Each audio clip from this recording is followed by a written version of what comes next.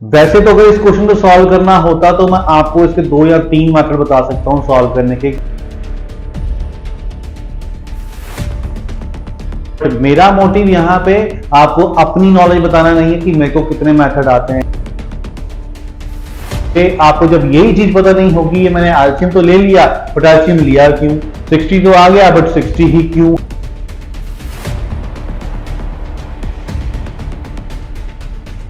Teacher का अच्छा होना तो चलो जरूरी है, बट बच्चे जो पढ़ने बैठे हैं वो भी गुड स्टूडेंट होने चाहिए। अब गुड स्टूडेंट का मतलब ये नहीं है कि जो हमने करवाया वो अपने याद कर लिया और चले गए, नहीं। गुड स्टूडेंट का मतलब है आप टीचर से क्वेश्चन पूछिए, जो भी आपके माइंड में क्वेश्चन है आप वो क्लियर करके जाइए कि मैं आपको बता रहा हूं कि इसका एल्शियम लीजिए, तो आपके माइंड में होना चाहिए कि एल्शियम क्यों लेना सर, वो बताओ।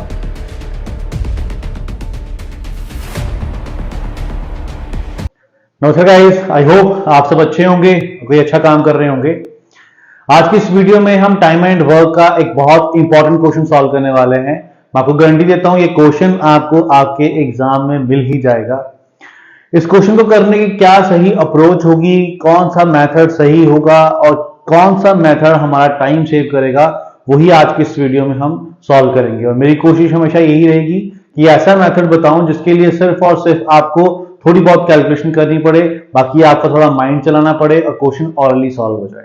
इस क्वेश्चन को भी हम ऑरली सॉल्व कर सकते हैं, बस थोड़ा सा आपको, जैसे मैंने बोला, थोड़ी कैलकुलेशन आपको अपने माइंड में करनी पड़ेगी। अगर आप वो कर सकते हो तो आप इसको ऑरली निकाल सकते हो, बस थोड़ी सी प्रैक्टिस की आपको जरूरत है।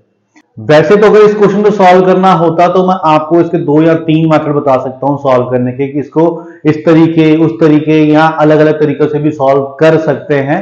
बट मेरा मोटिव यहां पे आपको अपनी नॉलेज बताना नहीं है कि मेरे को कितने मेथड आते हैं। मेरा मोटिव है कि आपको एक ऐसा मेथड बताऊं जो इजी भी हो, समझने में आसान भी हो और आपके दिमाग में बैठ भी जाए।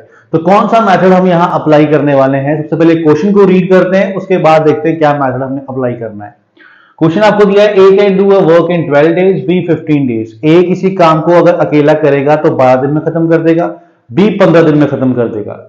They work together for 5 days. अब इन दोनों ने मिलके इकट्ठे 5 दिन तक तो काम किया, and then B left, B ने काम छोड़ दिया।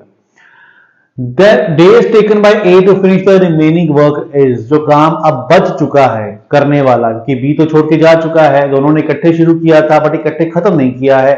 बी ने थोड़ी देर काम किया फिर छोड़ दिया, अब जो काम रह गया होगा वो ए ने करना है, और कितने दिन में करना है ये हमको बताना है।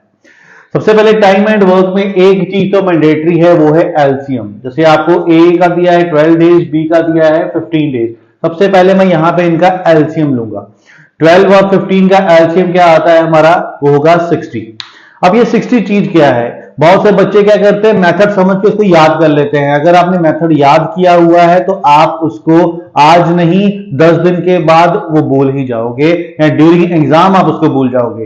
तो इसलिए पहली चीज, मेन चीज जो है वो आपकी कंसेप्ट, कि ये 60 आया तो आया क्यों है, ये चीज क्या है 60, वो आपको समझनी पड़ेगी।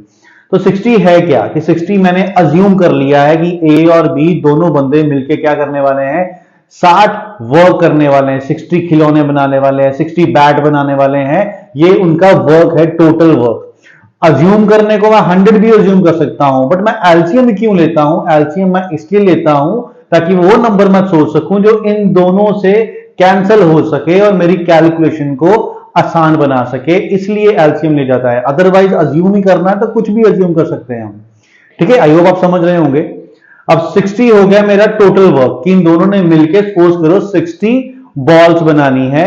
अब ये 12 दिन में 60 बनाता है, इट मींस एक दिन में ये कितनी बॉल्स बनाता होगा, 5 बॉल्स बनाता होगा। ये 15 दिन में 60 बनाता है, इट मींस ये एक दिन में कितनी बॉल्स बनाता होगा, 4 बॉल्स बनाता होगा।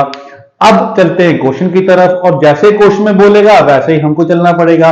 उसने बोला वर्क टुगेदर, क्वेश्चन में दिया है काम साथ में करते हैं। अब जब साथ में करते हैं तो हमको ये सोचना पड़ेगा, ये साथ में जब काम करेंगे तो कितनी बॉल्स बनेंगी एक दिन के अंदर। ये बनाएगा 5, ये बनाएगा 4, तो एक दिन में कितनी बन जाएंगी, 9 बॉल्स बन जाएंगी एक दिन के अंदर, की 1 डे में ये दोनों मिलके जो वर्क कर लेंगे वो कर लेंगे 9। अब आप देखिए यहां पे कितने दिन तक साथ में काम किया, they work together for 5 days. एक दिन में अगर 9 बॉल्स बन रही हैं तो 5 डेज में कितनी बॉल बन गई होंगी, 45 हो गई। टोटल कितनी बनानी थी, 60 बनानी थी, 45 हो चुकी है। इट मींस पीछे जो है वो कितनी बॉल्स बची हुई हैं अभी बनाने वाली, अभी बची हुई हैं 15 बॉल्स। ये 15 बॉल्स कौन बनाने वाला है? बी तो छोड़ के चला गया है, तो कौन बनाने वाला है? कौन सा बंदा बनाने वाला है? ए बनाने वाला है। और ए जो है वो एक दिन में कितनी बॉल्स बनाता है? ए बनाता है 1 डे में 5 बॉल्स, और बनानी कितनी है? 15। अगर एक दिन में 5, 2 दिन में 10 और 3 दिन में कितनी हो जाएंगी?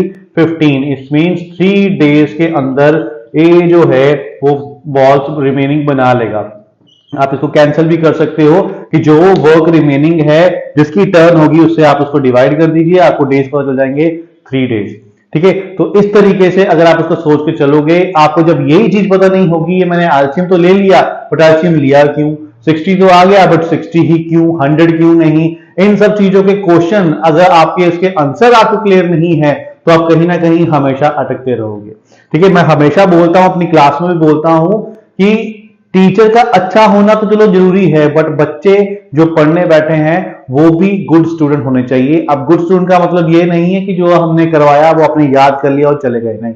गुड स्टूडेंट का मतलब है आप टीचर से क्वेश्चन पूछिए, जो भी आपके माइंड में क्वेश्चन है आप वो क्लियर करके जाइए कि मैं आपको बता रहा हूं कि इसका एलसीएम लीजिए, तो आपके माइंड में होना चाहिए कि एलसीएम क्यों लेना सर, वो बताओ।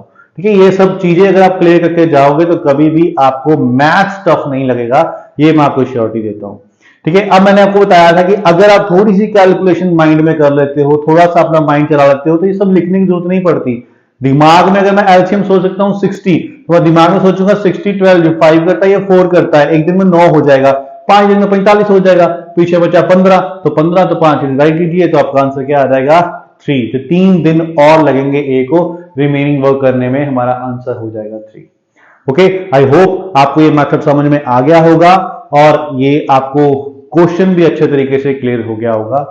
चलिए, आज की वीडियो में यही हमारा इंपॉर्टेंट क्वेश्चन था। All the best for your exam. Thank you.